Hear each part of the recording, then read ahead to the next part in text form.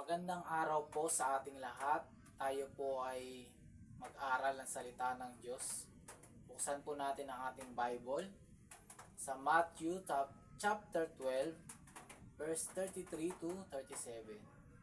So, ang sabi dito, to have good fruit, you must have a healthy tree. If you have a poor tree, you will have bad fruit.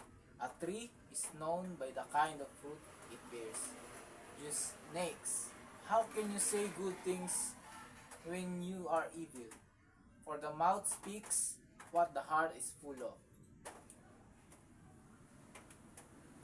A good person brings good things out of a treasure of good things. A bad person brings bad things out of a treasure of bad things. You can be sure that on the judgment day you will have to give account of every useless word you have ever spoken. Your words will be used to judge you, declare you either innocent or guilty. Yan. So, dito po sa salita ng Diyos, sinasabi dito na ang mabuting bunga nagpo-produce ito ng ang mabuting puno ay nagpo-produce ng mabuting bunga. Ang masamang puno ay nagpo-produce din ng masamang bunga. Kaya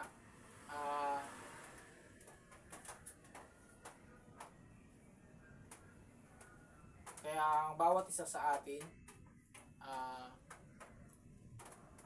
makikilala tayo sa kung ano yung bunga ng ginagawa natin. Mas nakikilala tayo. So, kaya nga sabi nga ng Diyos, di ba? A good fruit, you must have a healthy tree. If you have a poor tree, you will have a bad fruit. Pinaalala ni Jesus sa atin na kung ano sinasabi natin ay pinapakita dito kung ano laman ng puso natin. Kaya ano nga bang klaseng salita ang lumalabas sa bibig mo? Yan ang indikasyon kung ano talaga katulad ang puso mo. Kaya hayaan mo na ang banal na espiritu ang magbago ng attitude mo at motibo at mababago na ang pananalita mo. So, kaya nga kung yung kaibuturan ng puso mo, laman nito ay mga masasamang bagay o mga masasamang motibo, lalabas ito sa bibig mo. Nagkakaroon ito ng bunga. Kaya nga sabi mayroon ng kasabihan na kung ano ang puno, yun ang bunga. Diba? Diba? Totoo yun na kung ikaw ay mabuting puno, ang may lalabas mo ay mabuting bunga. So, paano nga ba maging mabuting puno? Kung gusto mong maging mabuting puno, dapat alam mo kung nasaan ang source mo. Kung saan ka nagmumulang source. Kung saan yung pinaka-connection mo para maging mabuti kang tao o mapabuti ka. Diba? Dalawang bagay lang ang pwedeng maging connection mo. Connected ka ba kay Lord o connected ka ba kay Satan? Connected ka ba sa Diyos o connected ka ba kay Satanas? Diba? So, kung mabuti kang puno, konektado ka sa iyong Diyos. Konektado ka sa Diyos na mabuti sa lahat ng bagay. Pero kung ikaw ay konektado kay Satanas, sigurado hindi maganda yung mga kinalalabasan ng buhay mo. Hindi maganda yung nangyayari sa iyo. Hindi maganda dahil hindi maganda ang bunga ng nangyayari sa buhay mo. Ayun ang resulta, ayun yung bunga ng pagiging isang masamang puno. Kaya dalawa lang ang pagpipilian natin. Kung tayo nga ba ay pipili sa bunga ng mabuting bunga, mabuting puno ay ibig sabihin, o masamang puno. Dahil ang inilalabas ng mabuting bunga ng mabuting puno ay mabuting bunga. Ang inilalabas naman ng masamang puno ay masamang bunga. ang inilalabas ng bibig natin, kung ito'y mabuti, ay mabuti rin ang magiging motibo nito. Magiging mabuti ang pananalita, magiging positibo ka sa buhay, magiging maganda yung maririnig ng tao sa'yo, na magpapalakas ka pa ng loob, mag-lift up ka ng mga tao, hindi mo sila hihilain pababa.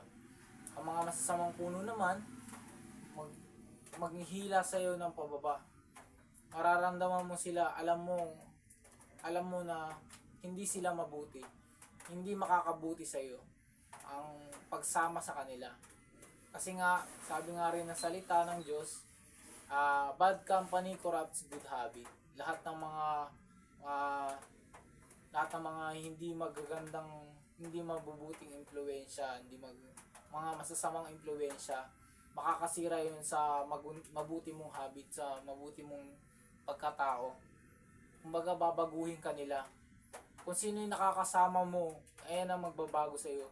Tsaka makikilala ka kung sino yung mga nakakasama mo. Kapag ikaw nakakasama ka ng mga mabubuting tao, magiging mabuti kang tao. Kapag makakasama mo yung mga masasamang tao, magiging masama kang tao. Kaya pumili ka ng mga taong sasamahan. Dahil ang mabuting puno, nagpuproduce ng mabuting bunga.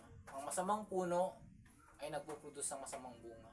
Kaya maging konektado ka sa mga tao na maka-Diyos o malapit sa Diyos, na talagang nakikita si Kristo sa buhay nila.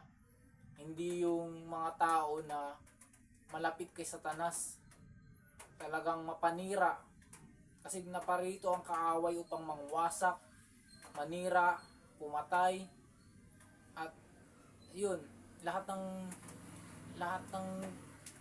mga gusto niya pang gawin sa iyo, gagawin niya lahat para masira ang buhay mo, mapatay ka niya. Kaya pumili ka ng mga tao na bubuhayin ka, hindi ka papatayin. Hindi ka papatayin sa espiritu, kundi bubuhayin ng espiritu mo. Kumbaga, mas lalo ka mapapalapit sa Diyos, mas lalo mong hahanapin si Jesus, mas lalo mong isisik siya.